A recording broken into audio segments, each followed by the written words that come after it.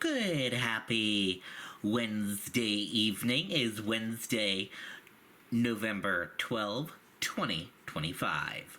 I'm Riley King, and welcome to this Wednesday evening edition of WRMK News 12. We have a lot of news to get to on this Wednesday evening, so let's begin right now. First step, Senate deal posed to end shutdown, but political fault lines remain. A bill to reopen the federal government is expected to clear Congress on Wednesday, offering a temporary reprieve after the longest shutdown in U.S. history. Yet, the political maneuvering behind the compromise is likely to reverberate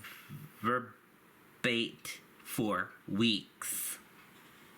The agreement, crafted by a small group of Democrat senators, including New Hampshire Senators Jeanne Shaheen and Maggie Hassan, contains a commitment to hold a vote on Affordable Care Act tax credits by mid-December.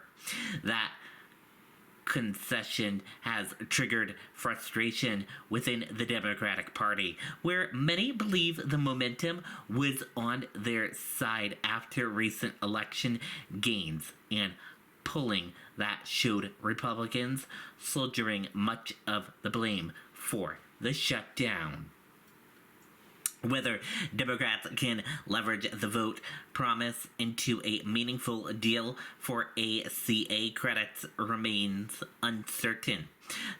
Success could quickly push the shutdown's drama into the political rearview mirror. Failure, however, would underscore why many in party's base view the compromise as premature. For New Hampshire senators, the political risk appear limited. Shaheen is retiring and therefore largely insulted from any backlash. Hassan not up for re-election until 2028 may find that the shutdown's impact pales in comparison to whatever issue dominate the political landscape in the coming years. How New Hampshire voters interpret the standoff is still an open question. Upcoming polling from St. Anselm College and University of New Hampshire may offer the first clear picture of public sentiment.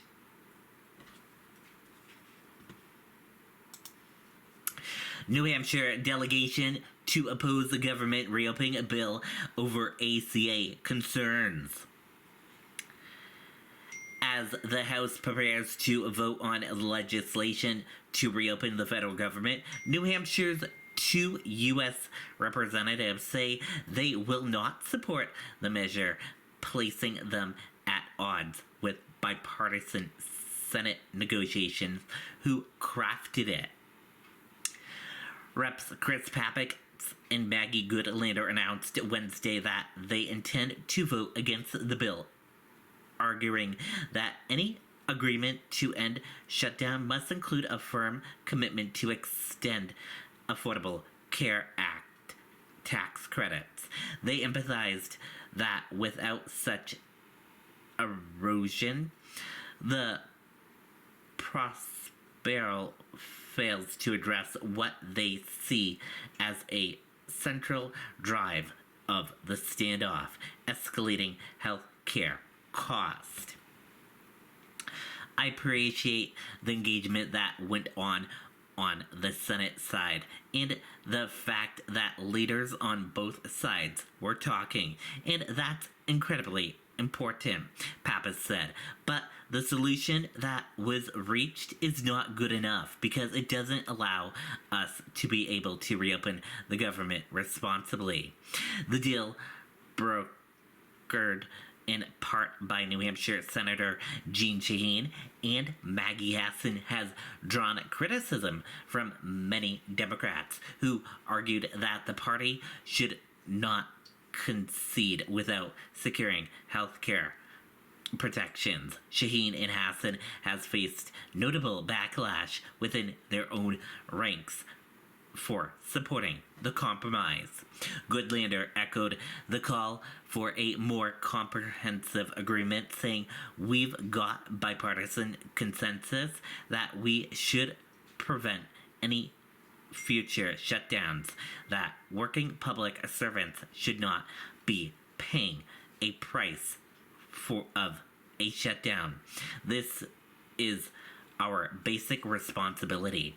The House is expected to begin procedural vote on the bill around 5:15 p.m., with a final vote anticipated shortly after 7 p.m. Berlin parents raise alarm after allegations against Recreation Department staff. Concerns about child safety at the Berlin Recreation Department has intensified after a parent alleged that staff members encouraged her 8-year-old son to break into a parked car to retrieve candy. The claim that prompted a police report and calls for Semitic changes.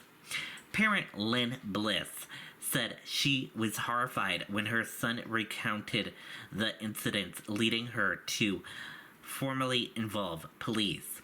"I have no intention of backing down. This is about the safety and well-being of my son and other children who attend," she said. Tension spilled into public view during a recent city council meeting, where Bliss detailed additional troubling comments her son claimed to have heard from staff. According to Bliss, one employee alleged her son that another staff member wanted to see pictures of us in our bathing suit. She also said she had heard similar reports of children being urged to break into vehicles for treats. "I was kind of disgusted with the whole thing," she said. Berlin police confirmed to WRMK News 12 that a parent had filed a report and that investigators are reviewing whether any criminal conduct occurred. City manager Philip Warner said the city will strengthen its procedures for handling complaints. "If someone makes a complaint, we are now going to have a process where we log the substance of it," he said. Warner also confirmed that the 2 recreational staff members have resigned and a third has been placed on leave. Recreation Director Duncan Johnson declined to address the allegations directly, but said he is providing training measures aimed at ensuring child safety. Johnson noted that he hires high school and middle school students to serve as peer mentors. "That was my whole thing when I started here. It hasn't gone as planned yet, but I think it will," he said. Warner said broader oversight reforms are underway as the investigation continues. After 230 years, the U.S. Mint halts production of the penny. The United States officially ended the production of the penny on Wednesday, closing the chapter on a coin that has circulated in American wallets, piggy banks, and cash registered for more than 230 years. The decision follows years of debate over the coin's practicality, with each penny now costing nearly 4 cents to produce. The economies have become increasingly unstable, combined with a shift towards digital payments and declining use of small domination currency. Federal officials determined that continued production was no longer justified. Experts caution Trump's health insurance proposal could raise costs for vulnerable Americans. Some health policy experts warn that President Trump's proposal to provide direct payments to Americans for purchasing health insurance may unintentionally drive up costs, particularly for older adults and those with chronic medical conditions. And that does it for this Wednesday evening edition of WRMK News 12. Thank you for tuning in and watching. Have a great rest of your Wednesday evening, and I'll see you back here tomorrow for another broadcast. Good night and goodbye.